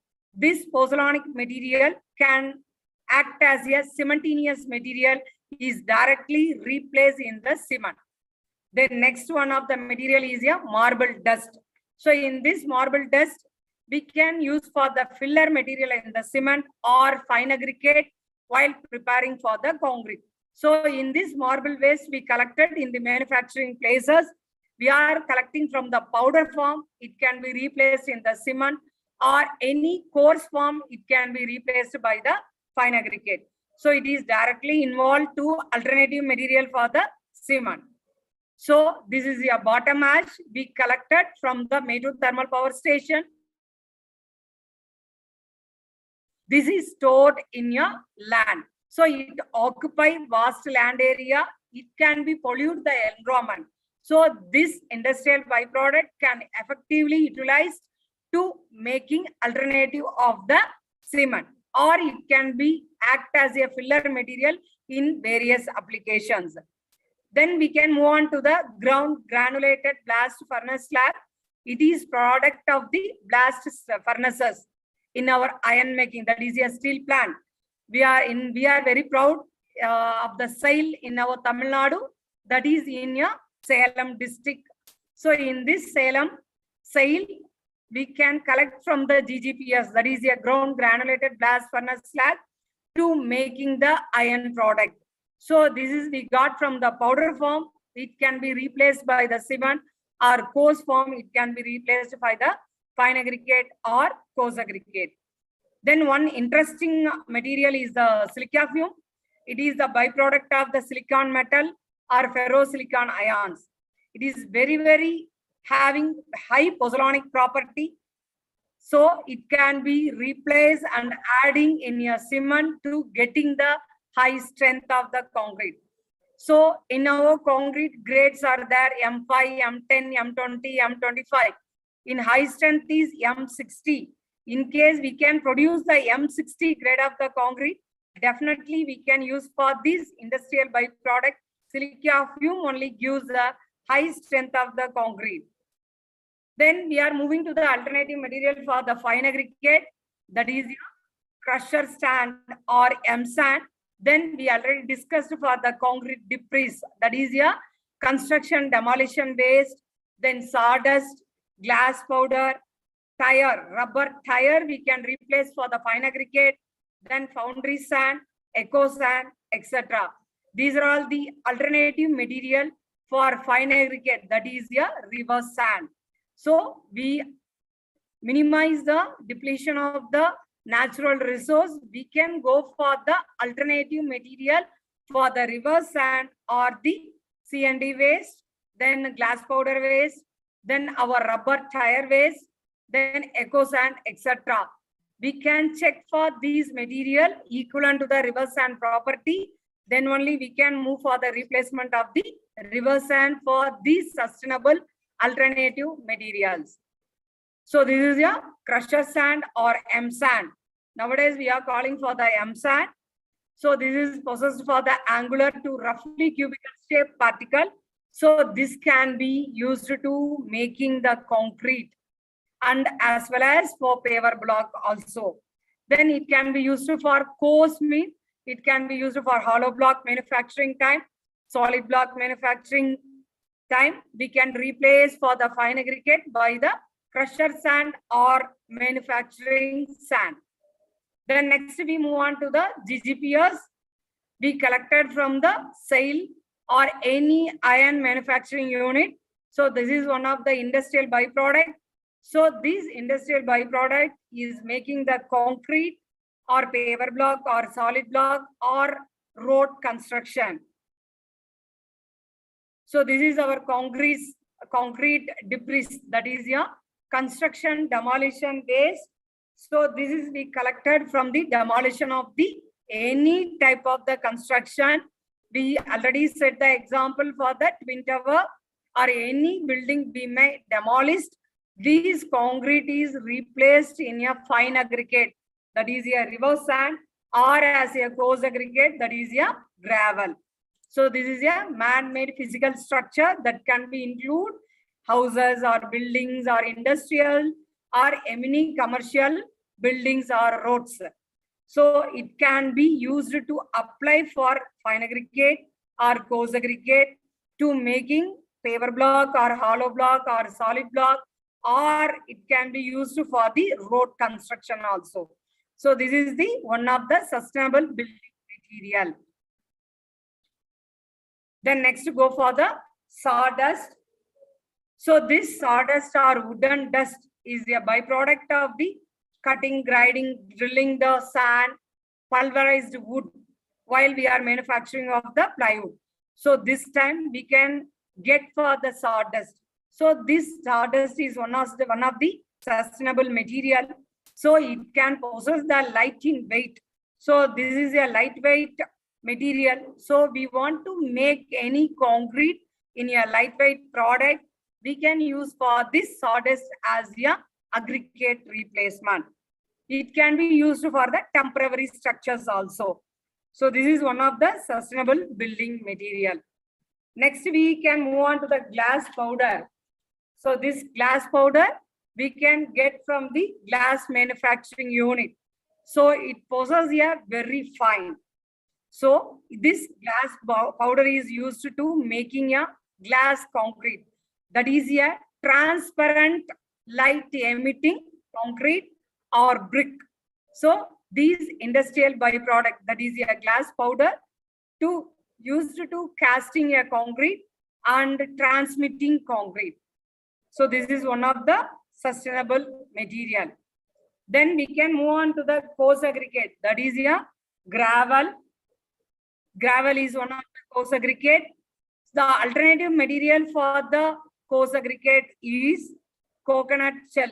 We daily using for the coconut for our food process. So we can use for the coconut shell as a waste material in our replacement material of the coarse aggregate. Then we are using for the electronic waste also. Waste is a electronic waste. In this electronic waste, we can replace for our coarse aggregate. We already discussed the concrete coarse aggregate. Then fly ash, we can make artificial aggregate. That is a fly ash aggregate. Then brick, that surki we can use for this coarse aggregate. Then here we are using for the rubber tire waste as a coarse aggregate. So these are all the alternative material for the coarse aggregate. This comes from the industrial waste material or byproduct or sustainable material. So this is a coconut shell we collected from domestic. So these coconut shell we can make the coarse aggregate. Okay. So this is the fibrous material found from the hard and internal shell, that outer coat of the coconut. So this is used, that coir is used for as a fiber. It can be arrest the cracks in our building. Then the coconut shell is used to have the replacement of the coarse aggregate. So we can determine the property of the coarse aggregate, compare our gravel. So we can replace these coconut shell by the percentage of the gravel. So this coir is used to making a coir brick, or it can be replaced by the aggregates. Then these are all the electronics. We are moving for the advanced level of the computer, then advanced level of the mobile phones. So we are having plenty of the electronic waste. So these electronic waste, that is e-waste, is discarded the electronic devices. So this can be used for the coarse aggregate. We can make use of this electronic waste by electronic aggregate, or these electronic aggregate to making the e-concrete and as well as the e-brick. So we are giving the project to our students for this electronic waste also. Then next we can move on to the recycled brick. So these recycled brick we can making the concrete as a coarse aggregate. Then we are using for the rubber tire. So in this rubber tire, we are having the 2-wheelers, 4-wheelers, or all the vehicle, the wasted rubber can be recycled in the form of the fine or coarse or gravel size. We cut the rubber, we can replace this rubber in our coarse aggregate in the particular percentage. So in this rubber can replace in the pavement surface also, in our concrete also, in the some percentage of the replacement as a fine and coarse aggregate. So this is the fly ash aggregate. We can make the aggregate artificially in 2 ways. One is directly we can use for the cement and the fly ash. Be prepared for artificial fly ash aggregate. This is the one way. Next way, we can go for the Jio Polymer Aggregate. How can we prepare for the Jio Polymer Aggregate? Without making the cement. So that is here, we can making the concrete without use for the cement. So without using the cement, we can able to prepare the concrete. The same way, we can prepare the aggregate by using only one is a fly ash is the material. Here we are going for the geopolymerization. So what is geopolymerization? So in this geopolymerization, here we are taking only the fly ash is the ingredient, sodium hydroxide, sodium silicate is the alkaline solution. Either we can collect for the sodium hydroxide is the pellet form. In case we can collect for the pellet form means we can make the NaOH solution. Based on the molarity, we can prepare the NaOH in the solution form. Then sodium silicate that we collected from the directly in the liquid form from the market. So these are all the alkaline solution to prepare for the fly ash aggregate. That is a artificial aggregate. We take for the fly ash, we prepared sodium hydroxide solution and sodium silicate solution. We mix in our fly ash, then the material is ready. This is the casting stage, then curing, then the fly ash aggregate is ready. So we can use for the molarity for the sodium hydroxide is 8, 10, 14, 12, 16. Then the binder solution, what we referred for the previous literature, that is a 0.33, 0.35, 0.4. So these alkali activation binder we can use for preparation of the artificial fly ash aggregate. So this is the elemental properties what we got from the artificial fly ash coarse aggregate. So it can be possessed very good property by using the scanning electron microscopy. So this is the one of the best example to making the artificial aggregate by the industrial byproduct, that is a sustainable material like fly ash. So we are taking part for reducing the global warming in our civil engineering field. The next we are moving to the eco-friendly brick. In here we are using for the sustainable material, that is a fly ash, coal ash, granite powder, that is a crusher sand or M sand. These are all the from industrial byproduct. Previously, that is a red brick, that is a conventional clay brick they are using. That conventional clay is used to natural resource to avoid the depletion of this natural resource. We are taking part to introduce our industrial byproduct to manufacturing the eco-friendly brick, that is eco brick or industrial byproduct brick. So in this we are all using all the industrial byproduct. Nowadays we called as a fly ash brick. So in fly ash brick we are using for all industrial byproduct material. So this is the stages for making the industrial byproduct brick, that is a eco-friendly brick. First we are batching the material, then mixing the material. It can be conveying the mixing pan to brick pressing material, then molding. Finally we got the end product. Then curing, dispatch the material with proper testing. So this is the stages of the fly ash manufacturing brick we are using for all industrial byproduct to give the nature in eco-friendly. So this is the graph represents the compressive strength of the brick with ages. So these are all the reading from the conventional brick compared with the coal ash brick. So this is the water absorption values for the conventional clay brick with our industrial byproduct brick, that is a eco-friendly brick.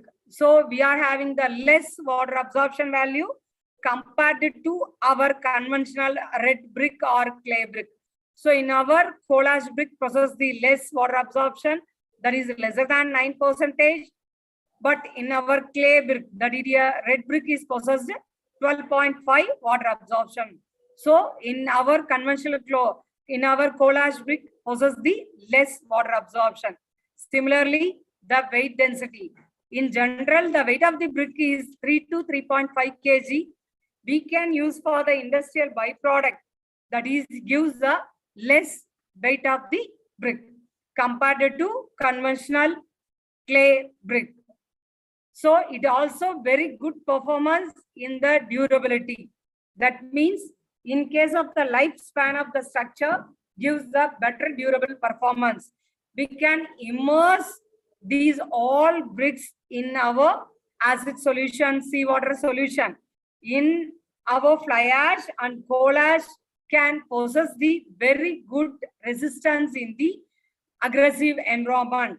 So we can damn sure in our industrial byproduct brick, that is a eco-friendly brick, gives the better durable performance compared to conventional red brick. So this is the microstructure, that is a scanning electron microscopic images. It possesses a very good binding property for our industrial byproduct, that is a coal ash brick. So these are all the industrial byproduct what we are using in our civil engineering field. So beyond that, we are having lot of material is there.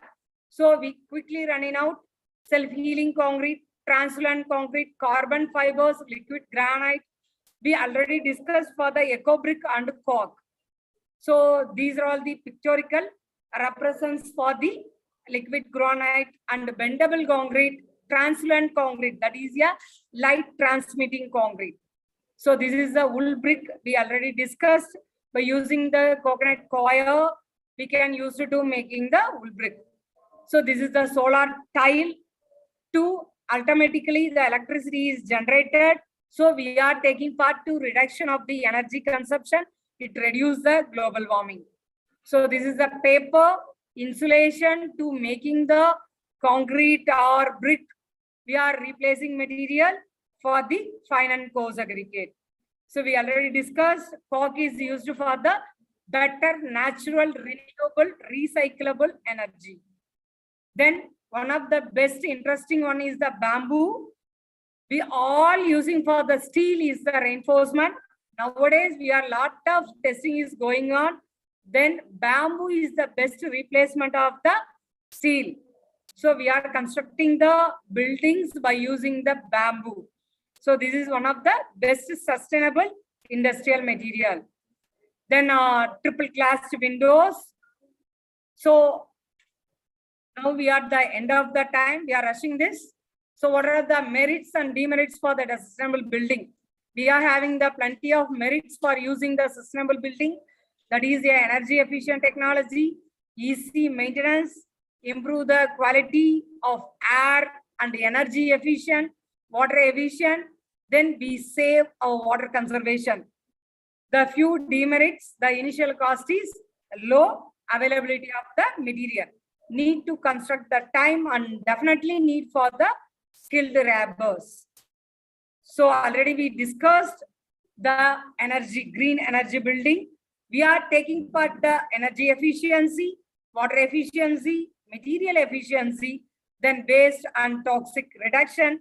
We are the taking part to reduce the global warming by using the green building, sustainable building.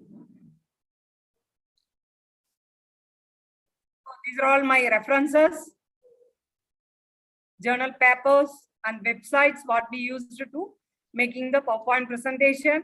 Let us go started for green. So thank you. Thanking once again to giving the opportunity to me for this presentation. I thank my ICI Salem Local Center. Thank you. Thank you, ma'am, for your informative presentation. And we gathered a lot of knowledge on sustainable materials. Thank you, ma'am. If the participants have any doubts, you can unmute yourself and ask your queries. Participants, please unmute yourself and ask your queries. Madam, this is Dr. Kumaravel from KSR. It is a very nice presentation and you shown about how the waste materials can be utilized for making construction materials. Really wonderful presentation, madam. Thank you. Thank you, sir. Thank you for giving the opportunity. Thank you, ma'am. Thank you. So much of so energetic presentation, ma'am. Thank you for spending your valuable time, ma'am. Much information we received from Sudhakar sir presentation and your presentation, ma'am. We today only we are knowing these are all the material used for the buildings constructions. Thank you so much, ma'am. Thank you, ma'am. Participants, if you have questions, you can put your question in chat box or otherwise you can unmute your mic. Good afternoon, ma'am.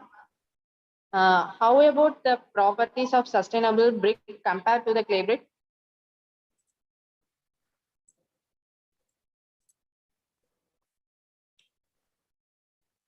My voice is audible, Sharma?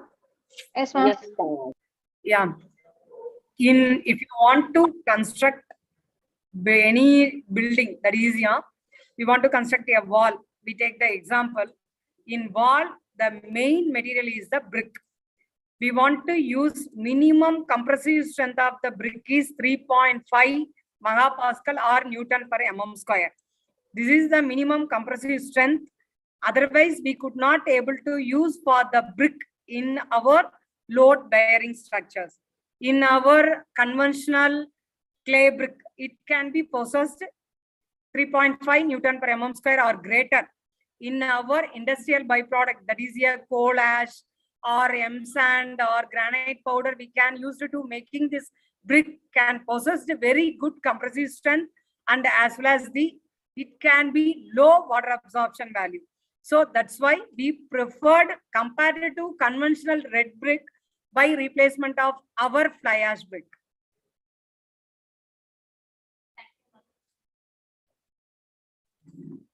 Ma'am, another question. How much cost difference between fly ash brick with clay brick? In general, the cost of the brick for the conventional clay brick is 6 to 7 rupees per brick. In our fly ash brick or coal ash brick is lesser than 10 to 15%. It possesses 5 rupees per brick. It should be vary based on the strength. In our building brick have 4 classification, that is first class brick possessed 14 megapascal. Second class brick is possessed 10.5 megapascal. Then third is 7.5. Then fourth class brick is 3.5. If we can go for the first class brick means the cost is high compared to fourth class brick. So based on the requirement, we can making the composition change. We can produce the better compressive strength for environmental friendly eco brick. Thank you. Ma'am, is there any natural material available to make a eco-friendly concrete? We already discussed. We are making use of the cement. We are having plenty of byproduct is there. Similarly, for the fine aggregate, nowadays all the buildings are making use of the yum sand is a very good alternative material for the reverse sand. Nowadays, we are move on to the natural aggregate C&D waste. That is a construction demolition waste is very good replacement material to gravel.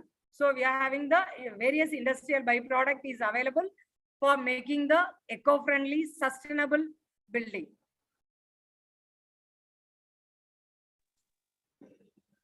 Good afternoon, ma'am. What are the techniques used to find the durability performance in the fly in seawater, ma'am?